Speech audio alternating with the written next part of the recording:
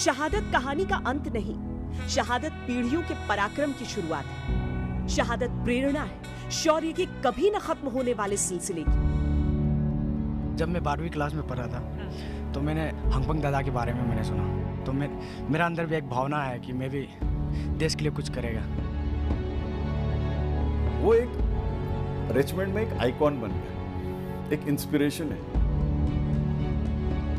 शहादत बुनियाद है शूरवीरों की उस पौध की जो राष्ट्र के नाम सर्वस्व न्यौछावर करते हैं।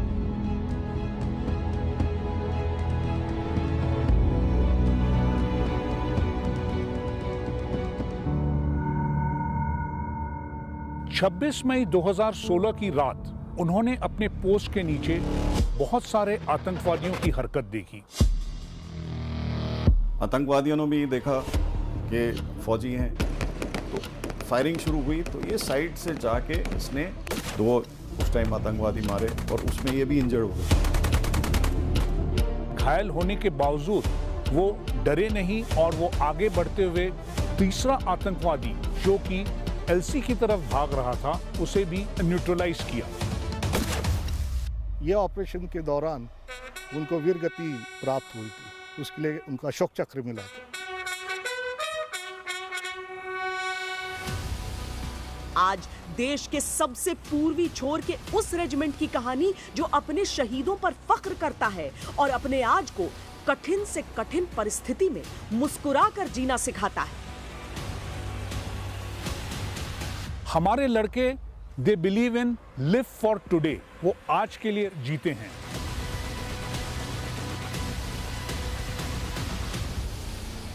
इनमें एक सेटिस्फैक्शन लेवल जो है वो अलग है, हैप्पीनेस इंडेक्स बोलो आप उसको। जैसे हमारे सॉन्ग्स देखो आप, उसमें आपको खुशी के सॉन्ग्स नजर आएंगे।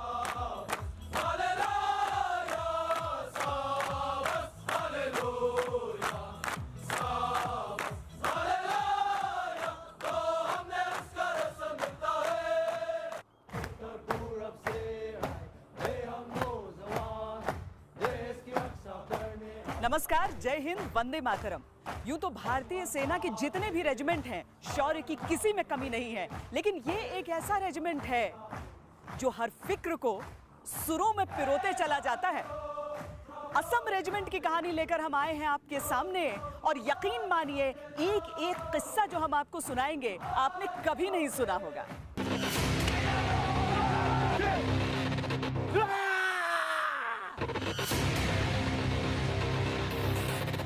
असम यानी जिसके समान कोई न हो,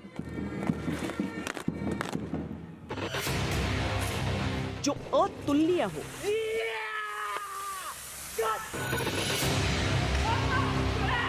जो बेमिसाल हो।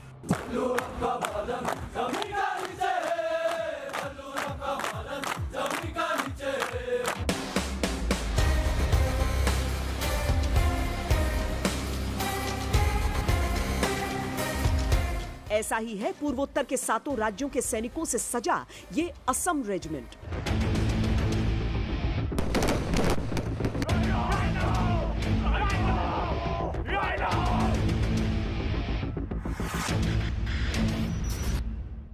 ये 7 सिस्टर्स 7 स्टेट्स के लोग हैं यहाँ पे। हर एक की भाषा अलग है, हर एक का धर्म अलग है, कल्चर अलग है। एक मात्र रेजिमेंट है जो पूरे नॉर्थ ईस्ट को शोकेस करती है पूरे भारत में और पूरे इंडियन आर्मी में। तो बहुत उत्साह है असम रेजिमेंट को ज्वाइन करने में इस क्षेत्र में। एक डाइवर्सिटी होने के बाद भी जिस तरीके के यूनिट के अंदर जो यूनिटी है वो आपको इंडियन आर्मी में और किसी रेजिमेंट में देखने को नहीं मिलेगी।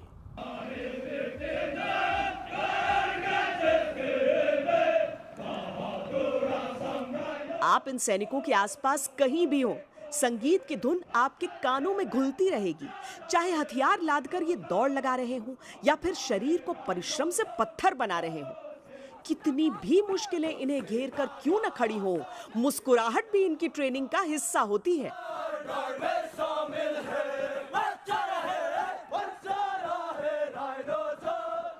हमारे लड़के they believe in live for today, वो आज के लिए जीते हैं। चाहे वो लड़ाई के मैदान में हो, चाहे वो पीस में हो, वो आज के दिन के लिए जीते हैं। वो पूरा जोश के साथ में जीते हैं, हर समय खुश रहते हैं, हर समय स्माइल करते रहते हैं।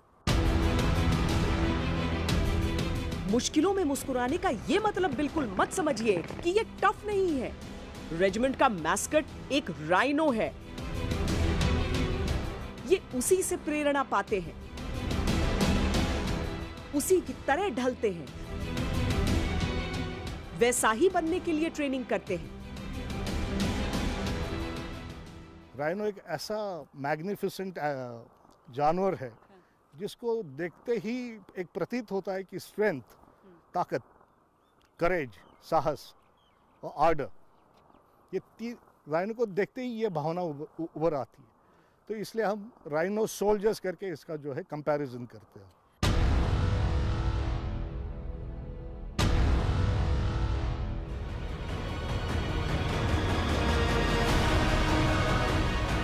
इस रेजिमेंट की शुरुआत 1941 में हुई थी। अविभाजित असम के अलग अलग जनजातियों के प्रतिनिधित्व के साथ इस रेजिमेंट की एक अलग ही तस्वीर है। और तब से लेकर अब तक जो रास्ता इसने तय किया है वो लीक से हटकर है।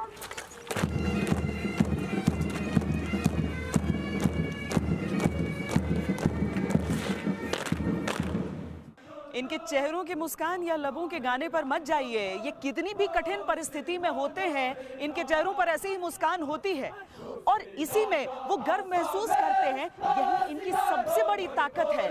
हंगपन दादा भी ऐसा ही व्यक्तित्व हुआ करता था उनका। आज इन सब के हीरो हैं। यहाँ जितने भी रिक्रूट आते हैं, आंखों में एक सपना लेकर आते हैं। सपना देश के लिए कुछ कर गुजरने का, पैसे कमाने का नहीं, बल्कि इज्जत कमाने का सपना। इसीलिए इनके रोल मॉडल भी अलग होते हैं। जब मैं 12वीं क्लास में पढ़ रहा था तो मैंने हमारा असम रेजिमेंट का वो हंगपंग दादा के बारे में मैंने सुना। अच्छा। उनको अशोक चक्र मिला। तो मेरा अंदर भी एक भावना है कि मैं भी देश के लिए कुछ करेगा। तो उसको देख के मुझे भी इंडियन आर्मी में ज्वाइन होने का प्रेरणा मिला। तो अब जब इतनी ट्रेनिंग हुई है, आपको लगता है कि आप उस बराबरी का ऑपरेशंस कर सकते हैं? क्यों नहीं, जरूर। मैं खुद को कम नहीं समझता। अरुणाचल प्रदेश के बोरदुरिया गांव में जन्मे हंगपन दादा 1997 में भारतीय सेना में भर्ती हुए थे। 4 असम रेजिमेंट में शामिल हवलदार हंगपन दादा को हमेशा एक्शन पसंद आता था। शुरुआती दिनों में पैराशूट रेजिमेंट में ड्यूटी निभाई और फिर आतंकियों से लोहा लेने के लिए राष्ट्रीय राइफल्स में स्थानांतरण की अर्जी दे दी। कश्मीर घाटी को उत्तर की ओर से घेरती हैं शमशाबारी की पहाड़ियां। लाइन ऑफ कंट्रोल से लगा इलाका होने के कारण यहां आतंकियों की घुसपैठ का खतरा हमेशा रहता है। इसी पहाड़ी पर लगभग 12,500 फीट की ऊंचाई पर हंगपन दादा की तैनाती थी जब 26 मई 2016 को 4 आतंकियों की मूवमेंट की खबर मिली। 26 मई 2016 की रात को जब वो 12,500 की फीट की ऊंचाई वाले पोस्ट में जम्मू कश्मीर के शमशाबाड़ी रेंजेस में डिप्लॉयड थे, तो उन्होंने अपने पोस्ट के नीचे बहुत सारे आतंकवादियों की हरकत देखी। ये आतंकवादी पूरी तरह से हथियारों और एम्युनिशन से लैस थे। अलग अलग टीमों को फौरन हरकत में लाया गया। हवलदार हंगपन दादा को उनकी टीम के साथ एक आशंकित रूट पर स्टॉप लगाने के लिए रवाना कर दिया गया। जैसे ही घुसपैठ करते आतंकी नजर आए, उन पर फायर खोल दिया गया। आतंकवादी भारी हथियारों से लैस थे। बचने के लिए 2 आतंकी ऊपर और 2 नीचे की दिशा में भागे। हंगपन दादा बिना खुद की रक्षा की परवाह के आगे की ओर दौड़े और बहुत बहादुरी से पहले आतंकी को ढेर कर दिया। फिर दूसरे की ओर बढ़ते हुए अपने बड़ी से कवर देने के लिए कहा। सामने से आतंकी लगातार फायर कर रहा था और इससे बेपरवाह हंगपन दादा रेंगते हुए उसकी ओर बढ़ रहे थे। कुछ ही देर में उन्होंने दूसरे को भी मौत के घाट उतार दिया। पर बाकी 2 आतंकियों का अभी भी पता नहीं था। अंधेरा होने से पहले उन दोनों का खात्मा भी जरूरी था। सैनिकों को 2 टोली में बांट दिया गया। एक की अगुवाई हवलदार हंगपन दादा कर रहे थे। अपनी टीम का हौसला बढ़ाते हुए वो आगे बढ़ ही रहे थे कि तीसरे आतंकी से आमना सामना हो गया। हंगपन दादा के अचूक निशाने ने उसे भी ढेर कर दिया। उन्होंने अपने पोस्ट का नेतृत्व किया और अगले 24 घंटे तक भारी गोलाबारी चली। इस गोलाबारी के दौरान हवलदार हांगपंग दादा ने 2 आतंकवादियों को मार गिराया और तीसरा आतंकवादी जो कि एलसी की तरफ भाग रहा था, अपने अचूक निशाने के सहारे हवलदार हांगपंग दादा ने उसे भी न्यूट्रलाइज किया। लेकिन तभी मौके का फायदा उठाकर चौथे आतंकी ने बर्स्ट मार दिया। गोलियां हांगपंग दादा के पेट में लगी, वो वहीं गिर गए, लेकिन शरीर की पूरी ताकत को इकट्ठा करके वो फिर खड़े हुए। इस बार गोली उनके सीने पर लगी। हांगपंग दादा के साथियों ने उस चौथे टेररिस्ट को वहीं ढेर कर दिया। ऑपरेशन सफल हुआ, लेकिन जिंदगी से भरपूर शूरवीर हवलदार हांगपंग दादा वीर गति को प्राप्त हो चुके थे। इतनी शहादत और इतनी इंस्पिरेशन आती है कि हमारे बीच में से एक ऐसा इंडिविजुअल था, एक राइनो था, ब्रेव राइनो था, जिसने कि ना कि अपनी पलटन अपना नाम तो खैर शहादत दी, जो अपनी रेजिमेंट का नाम, देश का नाम ऊंचा किया और देश के लिए उसने अपनी सेक्रीफाइस दी। वो एक रेजिमेंट में एक आइकॉन बन गया, एक इंस्पिरेशन है। और ये जो अशोक चक्र का जो अवार्ड है, उसको इस शहादत की रिकग्निशन के लिए जो मिला है, वो एक हर एक राइनो, जो एक नया राइनो भी आता है, वो उसको देखता है कि कल को मैं भी ऐसा कुछ काम करूं जो मेरे को भी रिकग्निशन मिले।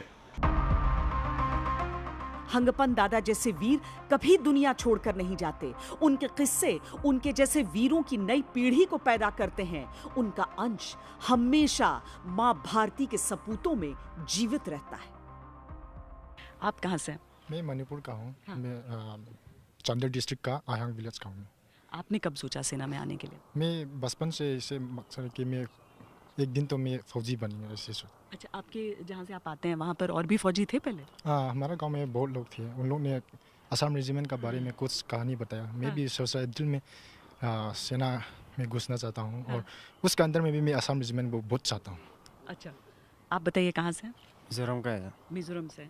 आपके भी आसपास पहले लोग फौज में थे। आपने क्यों सोचा कि मैं असम रेजिमेंट ज्वाइन करूँ? मेरा पिताजी एक सर्विस मैन है ना। अच्छा। बताया है, इसलिए असम रेजिमेंट। मतलब आप घर में देखते थे अपने पिताजी को, अपना रोल मॉडल मानते थे? हाँ।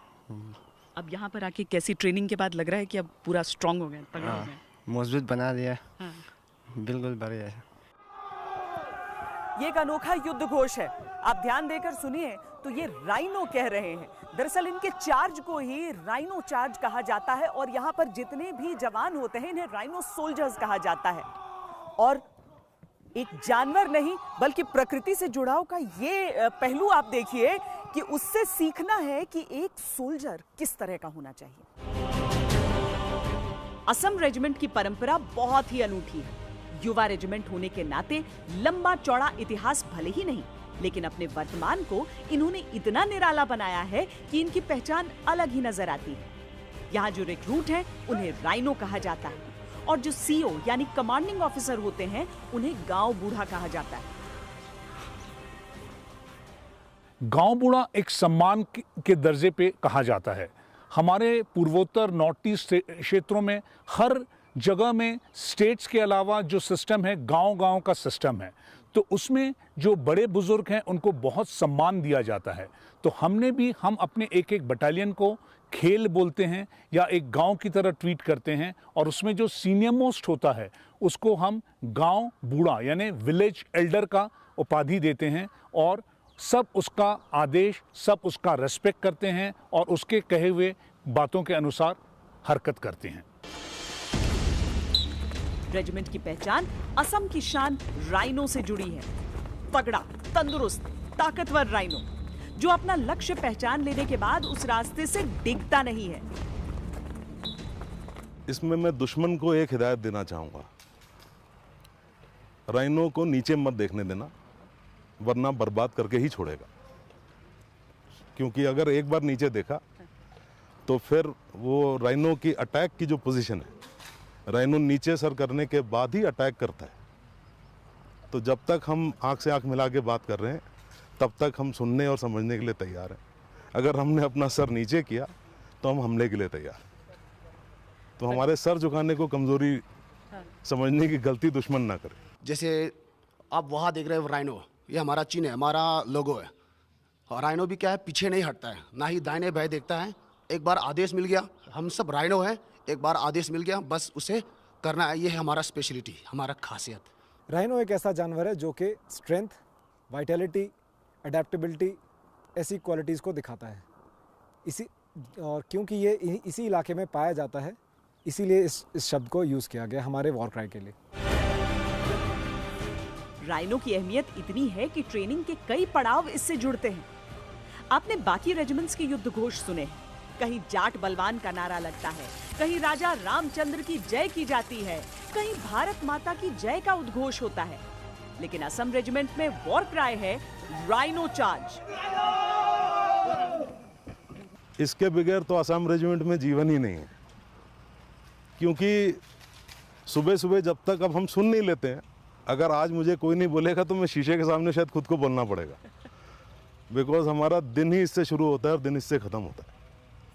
और क्योंकि ये बाकियों से सुनने में अलग है और हमें इतनी आदत पड़ गई है कि तगड़ा रहो या राइनो चार्ज, इन दोनों से किसी भी जो मोटो या वॉर क्राई है किसी भी यूनिट का सैल्यूटेशन, वो हर सोल्जर का खून खौलाने के लिए और रोंगटे खड़े करने के लिए बहुत ज़रूरी है।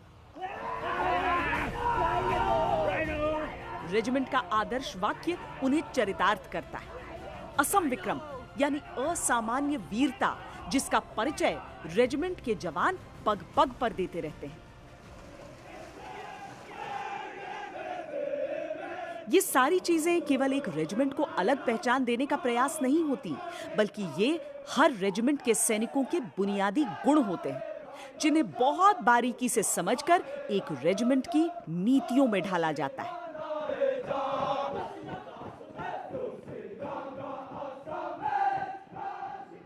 असम, अरुणाचल, नागालैंड, मणिपुर, मेघालय, त्रिपुरा, मिजोरम, 7 अलग अलग राज्य, 7 अलग अलग मिजाज, यहाँ के रहने वाले लोगों की अलग अलग प्रवृत्तियां। लेकिन इसके बावजूद कोई एक चीज अगर इन सभी राज्यों के लोगों को जोड़ती है तो वो ये है कि ये प्राकृतिक रूप से एक योद्धा हैं। इनकी अपनी अपनी जनजातियों की अलग अलग खूबियां होती हैं, अलग अलग कलाएं होती हैं, जिन्हें यहां पर आकर कुछ और निखारा जाता है कि जब ये एक साथ तैनात हों तो हिंद की रक्षा में मजबूती से तैनात रहें। आजादी से पहले ही सेना के कई रेजिमेंट का गठन देश के अलग अलग भागों से अलग अलग योद्धाओं के साथ हो चुका था, लेकिन पूर्वोत्तर जो उस समय तक अविभाजित असम के रूप में था, उसका प्रतिनिधित्व नहीं था, जबकि इस क्षेत्र में रहने वाली सभी जनजातियां युद्ध कलाओं में पारंगत थीं। अहोम योद्धाओं की वीरता की कहानियां दूर दूर तक फैली थी। 1671 में मुगलों के खिलाफ सराय घाट की लड़ाई एक मिसाल बन चुकी थी। एक राज्य के तौर पर कमतर होने के बावजूद अहोम सेना ने गिरिला रणनीति, मनोवैज्ञानिक युद्ध और मिलिट्री इंटेलिजेंस का बेजोड़ इस्तेमाल करके अपने क्षेत्र से मुगलों को दूर रखा था। अहोम लोगों के अलावा बाकी जनजातियों में भी शारीरिक क्षमता की कमी नहीं थी। पहाड़ी इलाकों में लड़ाई के लिए इनकी काबिलियत अतुलनीय थी, चाहे नागा हो, मीजो, कुकी, गारो, खासी या फिर कोई और ट्राइब। बहुत दिलचस्प है कि इन जनजातियों की ऐसी प्रतिभा और उनकी परंपराओं को आधुनिक युद्ध के हिसाब से भी ढाला जाता है। मिसाल के तौर पर ये ट्राइबल ट्रैप्स देखिए।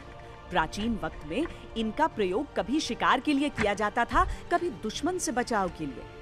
आज भी अगर सही तरीके से प्रयोग किया जाए तो जंगल और पहाड़ के किसी भी युद्ध में ये कारगर हथियार साबित होते हैं। When it comes to warfare, it is all these things help in getting the upper hand over the enemy. लड़ाई में आप ये नहीं बोल सकते कि ये यूज़फुल नहीं है और ये बात ऑब्सोलीट हो रखी है। When it comes to real fighting, these are the things which actually help a winning country and a country which is lost out. ताकि इनकी परंपराएं जिंदा भी रहें और प्रासंगिक भी, असम रेजिमेंट में इसे एक गौरवशाली वर्तमान दिया गया है। ये नॉर्थ ईस्ट वॉरियर्स हैं। ये टोली अलग अलग इलाकों की युद्ध कलाओं को और खासियतों को प्रदर्शित करती है।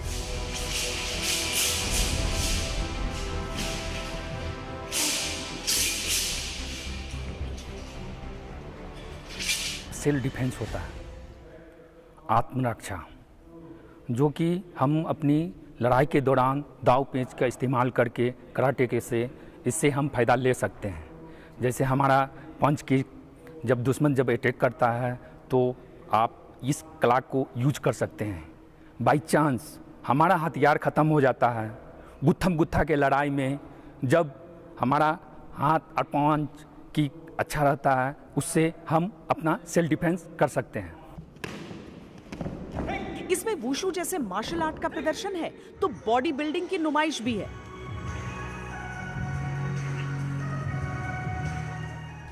पूर्ण पारंपरिक पहनावे, हाव भाव और उत्साह के साथ इस टोली ने अपने इस प्रदर्शन से देश दुनिया में खूब नाम कमाया है। पूर्वोत्तर के 7 राज्यों को 7 सिस्टर्स कहा जाता है, यानी एक दूसरे से जुड़े हुए भी, एक दूसरे से गुथे हुए भी, रिश्ते में एक साथ। और इसीलिए जब ये सारे जवान यहाँ पर पहुँचते हैं तो आप समझिए कि एक ऐसा तालमेल नजर आता है कि भारतीय सेना की कमोवेश सबसे नए रेजिमेंट्स में से एक होने के बावजूद इनका इतिहास इतना समृद्ध है। अपने इतिहास और वर्तमान का खूबसूरत तालमेल बनाने का प्रयास ही है ये चर्च मंदिर का कॉन्सेप्ट। चूंकि असम रेजिमेंट के जवान हिंदू और ईसाई धर्म से ताल्लुक रखते हैं, इसीलिए दोनों की धार्मिक आस्थाओं को बराबरी का सम्मान दिया जाता है।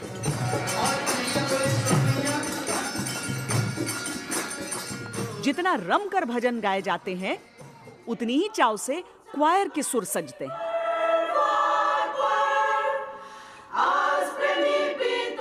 रेजिमेंट के सीनियर अधिकारी मंदिर और चर्च दोनों की भक्ति में एक भाव से सम्मिलित होते हैं।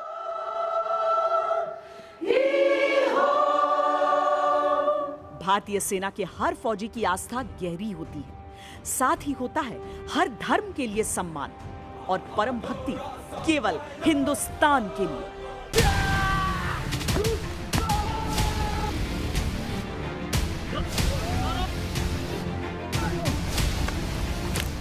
मैदान संघर्ष का, पर होठों पे गीत।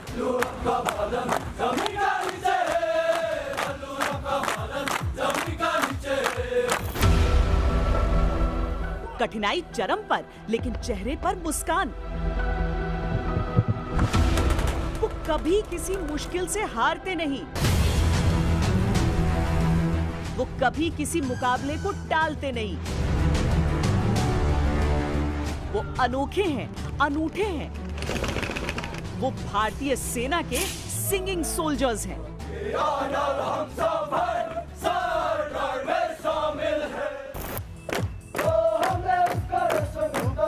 पैरों की ये थाप, हाथों का ये ताल और ये बोल, बदलू राम का बदन सुनने में जितना दिलचस्प है, इसकी कहानी भी उतनी ही दिलचस्प है। ये किस्सा है युद्ध के मैदान का, ये कहानी है युद्ध के मैदान के उस संघर्ष में भी मुस्कुराते रहने की। बदलू राम का किस्सा दूसरे विश्व युद्ध से जुड़ता है। इस नई रेजिमेंट को जापान की सेना के घुसपैठ को रोकने के लिए पूर्वी मोर्चे पर तैनात किया गया था। तब बदलू राम नाम के एक सैनिक लड़ते हुए शहीद हो गए। चूंकि अंग्रेज अफसर ने उनकी मौत को रिपोर्ट नहीं किया, इसीलिए रिकॉर्ड में यह बदलाव दर्ज नहीं हुआ। लिहाजा सैनिकों के लिए जो राशन भेजा जाता था, उसमें बदलू राम के नाम का राशन भी आता रहा।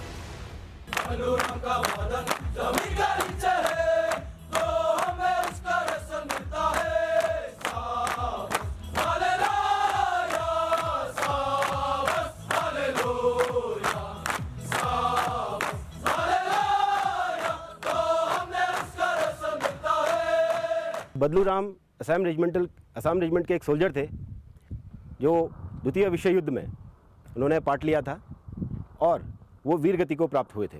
लेटर इन 1946 में मेजर मार्विन ने इस गाने को कंपोज किया, बदलू राम का बदन जमीन के नीचे है, और आज भी हम इसे प्राउडली गाते हैं। इस अतिरिक्त राशन की वजह से ही जब जापानियों ने टुकड़ी की सप्लाई रूट को काट दिया, तब भी उनके पास बदलू राम का एक्स्ट्रा राशन बाकी था और वो लड़ते रहने में कामयाब रहे।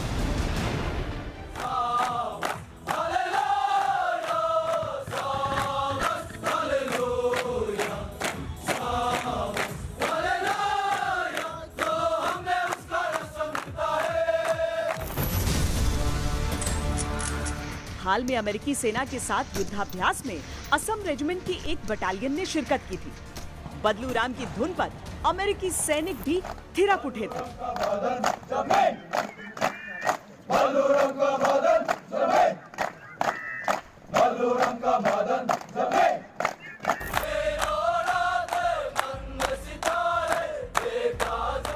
असम रेजिमेंट संगीत से परिपूर्ण रेजिमेंट है और उनका हर रेजिमेंटल सॉन्ग असल जिंदगी से प्रेरित बताया जाता है। जैसे ये गाना, जहां एक सैनिक को उसकी पत्नी युद्ध से वापस आने के लिए कह रही है।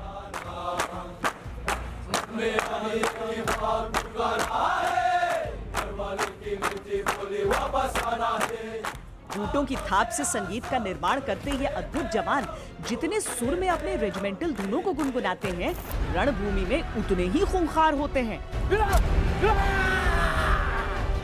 और ये कला इन्हें विरासत में मिली है। प्रकृति की गोद में पले बढ़े ये योद्धा प्रकृति से बहुत कुछ सीखते हैं। इसे सर्वाइवल कहिए या कुछ और, संघर्ष के समय ये बहुत काम आता है। बचपन से जंगल में पले बड़े हैं तो they are very good hunters. शिकार का पीछा करना इनको नेचुरली बहुत अच्छी तरह से आता है। नो मैटर कितना भी आप मिलिट्री ट्रेनिंग दे दें इनको, जो नेचुरली टैलेंट इनके पास है वो कहीं से और कहीं से मिल नहीं सकता, जो उनके पास नेचुरली है। पूर्वोत्तर राज्यों की भले ही दिल्ली से दूरी ज्यादा हो, लेकिन भारतीयता का जो गाढ़ा रंग उनमें है वो किसी से कम नहीं है।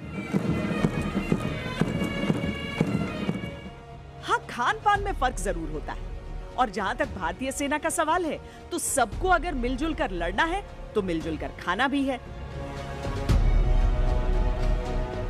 जब हम नाश्ते के समय रिक्रूट्स के बीच पहुंचे तो देखा आसानी से धुआंधार पुशअप्स लगा लेने वाले नौजवान पूरियों के साथ संघर्ष कर रहे थे। यहाँ आने से पहले रोटी पूड़ी ये सब खाते थे? नहीं, चावल खाता था हम लोग। नागालैंड में, नागालैंड शहर में, और ज़्यादा तो हम चावल ही खाता है। रोटी तो पूरी तो इधर आके खा रहे हैं। कैसा लग रहा है पूरी? ठीक ठाक है सब। ठीक ठाक लग रहा है। आपने ये पूरी खाना सीख लिया, अच्छे से पसंद आने लगा? हाँ, बहुत अच्छा है। खाने का टेस्ट बढ़िया लग रहा है? बढ़िया है, बहुत बढ़िया है। लेकिन चावल सबसे ज्यादा पसंद है? हाँ सर। कुछ ऐसा ही होता है 7 अलग अलग राज्यों की जुबानों को एक सार करने का प्रयास। तत्पश्चात आपकी ट्रेनिंग की शुरुआत। हथियार चलाने के साथ साथ सबको हिंदी भाषा की भी ट्रेनिंग दी जाती है, क्योंकि रेजिमेंट की भाषा हिंदी है। सबसे पहले हमें इनका ज्ञान होना चाहिए कि किस शब्द से कौन सी मात्रा प्रोसेसन होती है। जब हमारे यहाँ लड़के आते हैं तो वो अलग अलग डायलेक्ट बोलते हैं, अलग अलग भाषा बोलते हैं। उसी कारण हमारे यहाँ जब वो आते हैं सबसे पहले उनकी 8 वीक की ट्रेनिंग हिंदी की होती है, ताकि हम उन्हें एक कॉमन प्लेटफॉर्म में ला सकें, वो एक दूसरे को समझ सकें। इसी कारण हमारा रेजिमेंटल लैंग्वेज भी हिंदी है। हिंदी सीखने की सिखाने की ज़रूरत है कि जो जवान भर्ती होते हैं वो पूर्वोत्तर स्टेट से होता है, 7 स्टेट से भर्ती होता है, तो इनका स्कूल्स में हिंदी मैंडेटरी नहीं होता है। So that they have to taken to same common platform, ताकि फौज की सिखलाई हिंदी में सिखा सके। असम रेजिमेंट के इन जवानों की जो तस्वीर है वो आपको बिल्कुल अलग नजर आएगी। इनका जो ये राइनो हैट है किसी पगड़ी से कम नहीं होता। इसके साथ ही एक दाह जो कि पारंपरिक हथियार है इस रेजिमेंट का। जैसे पगड़ी का सम्मान है, वैसे ही ये हैट इन जवानों का मान है, अभिमान है। ये जितना स्टाइलिश है उतनी ही बारीकी से इन्हें बनाया भी जाता है। इस पर लिपटा ये हिस्सा किसी पगड़ी की तरह बांधा जाता है। ये हैट जो हम पहनते हैं उसे हम राइनो हैट कहते हैं। इसे 2 ऑस्ट्रेलियन फेल्ट हैट को जोड़ के बनाए जाते हैं। जोड़ने की प्रतीक को गमिंग एंड पेस्टिंग कहते हैं। उसके बाद इसमें पट्टियां लगाई जाती हैं, 6 खाकी पट्टियां और सबसे ऊपर ब्लैक स्ट्रिप रहता है।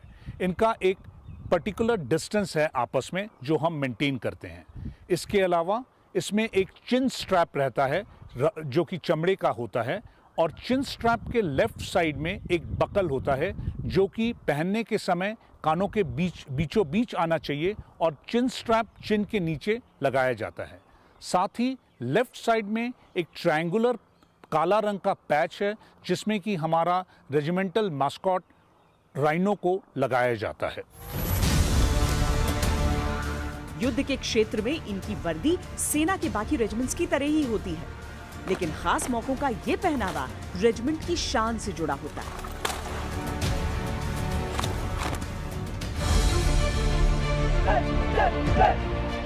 जैसे गुरखा जवान हथियार के तौर पर खुखरी का प्रयोग करते हैं, वैसे ही असम रेजिमेंट के जवानों के पास ये दाह होता है। खुखरी से अलग इसकी नोक नहीं होती, ये दोनों ओर से धारदार है। भारत के पूर्वोत्तर क्षेत्र में भी आतंकवाद और उग्रवाद से कठिन लड़ाई लगातार जारी है। असम रेजिमेंट के जवान यहाँ के एंटी टेरर ऑप्स में माहिर हैं। यहाँ की पहाड़ियाँ अलग होती हैं, यहाँ की चुनौतियाँ भी अलग होती हैं। असम रेजिमेंट के जवानों का एक बेसिक ट्रेट है हंटिंग एंड सर्वाइवल। तो इनको ज़्यादा दिक्कत नहीं आती है, नॉर्थ ईस्ट की पहाड़ियाँ हो या कश्मीर की वादी हो, हाई ऑल्टीट्यूड के माउंटेन्स हो, तो ये कहीं पे भी अडेप्ट हो जाते हैं। इसीलिए इन्हें दोनों जगह में कोई ज़्यादा दिक्कत नहीं पेश आती। ये जवान इस इलाके के चप्पे चप्पे से वाकिफ होते हैं, पर इस क्षेत्र में ऑपरेट करने के लिए खास ट्रेनिंग जरूरी है। पानी पर ऑपरेट करने की ऐसी ट्रेनिंग आपको हर रेजिमेंट में देखने को नहीं मिलेगी, लेकिन उत्तर पूर्व के पहाड़ी इलाकों में नदियों और तालाबों की बड़ी संख्या में मौजूदगी को देखते हुए ये प्रशिक्षण आवश्यक है कि जरूरत पड़ने पर इन्हें पार कैसे किया जाए। आपने अलग अलग रेजिमेंट्स में अलग अलग तरह का संबोधन सुना होगा कि किस तरीके से एक दूसरे को सलाम करते हैं, नमस्ते करते हैं। यहाँ पर सुनिए, सबसे अद्भुत है। यहाँ कहा जाता है तगड़ा रहो, स्वास्थ्य के हिसाब से, हर हिसाब से। और इसकी कहानी बड़ी अच्छी है कि किस तरीके से इसकी शुरुआत हुई थी। एक सवाल के तौर पर था, जवाब कहा जाता था, लेकिन अब सब एक दूसरे को यही कहते हैं, तगड़ा रहो। लोगों से मिलते हुए अभिवादन के लिए आप नमस्ते, हेलो, सलाम करते हैं। ये जवान कहते हैं तगड़ा रहो। हम आपस में शुभकामनाएं देते हैं। तगड़ा रहो शब्द से हम आपस में शुभकामनाएं देते हैं। जैसे कि कई रेजिमेंट में राम राम, कई रेजिमेंट में जय हिंद सर, इस तरह से बोलते थे। तो हमारे असम रेजिमेंट में हम आपस में शुभकामनाएं देने के लिए तगड़ा रहो के शब्द यूज किया जाता है। कहानी 1960 के दशक में रेजिमेंट के कमांडिंग ऑफिसर से जुड़ी, जो जवानों से उनकी सेहत के बारे में पूछा करते थे। धीरे धीरे ये इतना लोकप्रिय हुआ कि रेजिमेंट में एक दूसरे से संबोधन का तरीका बन गया। तगड़ा रहो सबसे पहले हमारे रेजिमेंट में उपयोग किया गया था 1963 में, जबकि हमारे कमांडिंग ऑफिसर साहब थे। उन्होंने अपने पलटन में जो भी जवान से मिलते थे वो पूछते थे तगड़ा है, और उसका जवाब आता था तगड़ा है साहब। इसी चीज़ को रूपांतरण करके तगड़ा रोहा के रूप में उस पलटन में इम्प्लीमेंट किया गया। आगे जाके जब सभी यूनिटों ने डिस्कस किया, सोच विचार किया कि रेजिमेंटल ग्रीटिंग और रेजिमेंटल सैल्यूटेशन क्या होना चाहिए, तो सबसे अच्छा तगड़ा रोहा को माना गया, क्योंकि ये एक ग्रीटिंग के अलावा एक मैसेज ऑफ मोटिवेशन है। चाहे वो खुशी का माहौल हो, चाहे वो कठिनाई हो, वो हर जवान के लिए एक मैसेज और एक मोटिवेशन है कि तगड़ा रहो, बी स्ट्रॉन्ग।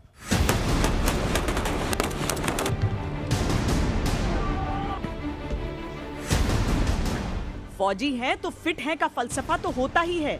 असम रेजिमेंट के लिए ये एक कदम और आगे की बात है। रेजिमेंट में यूं तो हर खेल खेला जाता है, लेकिन फुटबॉल और बॉक्सिंग में ये खास तौर पर सक्षम है।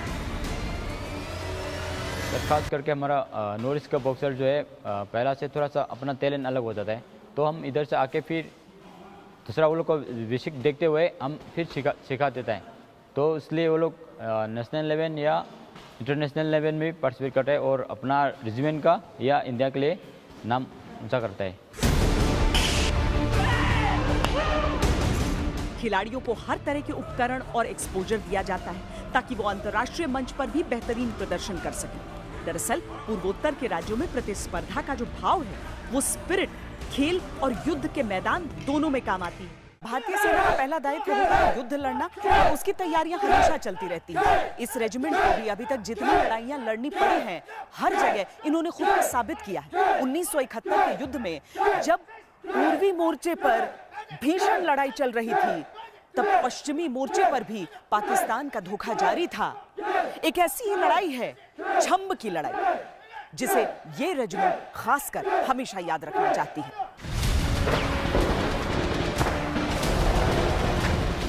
1971 में मुख्य मुकाबला पूर्वी मोर्चे पर चल रहा था, लेकिन पाकिस्तान पश्चिमी मोर्चे पर भी उत्पात मचा रहा था।